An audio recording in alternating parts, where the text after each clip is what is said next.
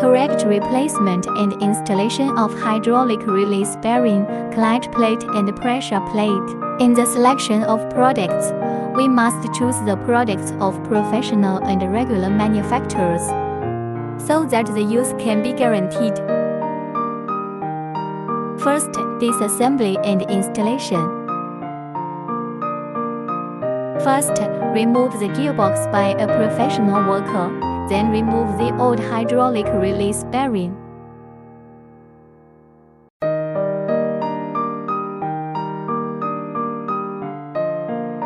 Pay attention not to misplace the sealing ring and wipe the sealing ring clean.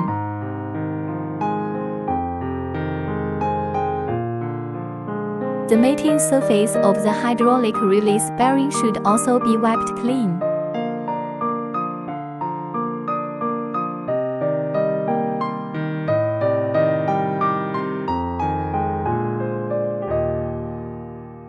Before installation, it is recommended to fill the cavity of the CSC with .3 or 4 fluid from the regular manufacturer with a syringe through the air inlet of the hydraulic release bearing. Compress the end face of the bearing, loosen it and suck the brake fluid into the chamber. Insert the hydraulic release bearing into the input shaft and then pre-tighten the oil pipe.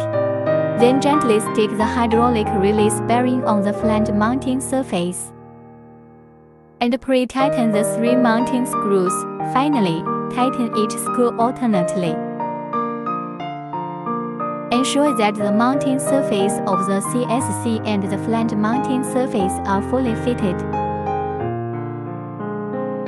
It is strictly forbidden to use an electric wrench or tighten a screw on one side. Avoid the state that one side of the mounting surface is inclined and does not fit, resulting in oil leakage failure. Wipe the end face of the bearing, remove the old pressure plate and clutch plate, replace them with new ones, and then pre-tighten them. Then pry the clutch plate with a manual to adjust the middle hole of the clutch plate to the center position so that when installing the gearbox later, the input shaft can be aligned with the middle hole of the clutch plate, and then tighten each screw alternately with a wrench to tighten the pressure plate.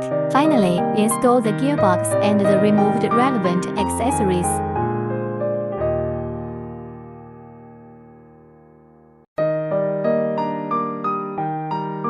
Second, pipeline exhaust. Fill the master cylinder oil pot with new .3 or 4 brake fluid from a regular manufacturer. Poor brake fluid will damage the rubber cup. Loosen the bleeder screw. Repeatedly lightly step on the clutch pedal to approach the maximum stroke until the brake fluid is discharged from the bleeder screw pot. At this time, step on the clutch pedal to approach the maximum stroke, and then tighten the bleeder screw, and then loosen the clutch pedal. Repeatedly step on the clutch pedal to approach the maximum stroke several times. Step on the clutch pedal to approach the maximum stroke again, and then loosen the bleeder screw to exhaust. Tighten the bleed screw again.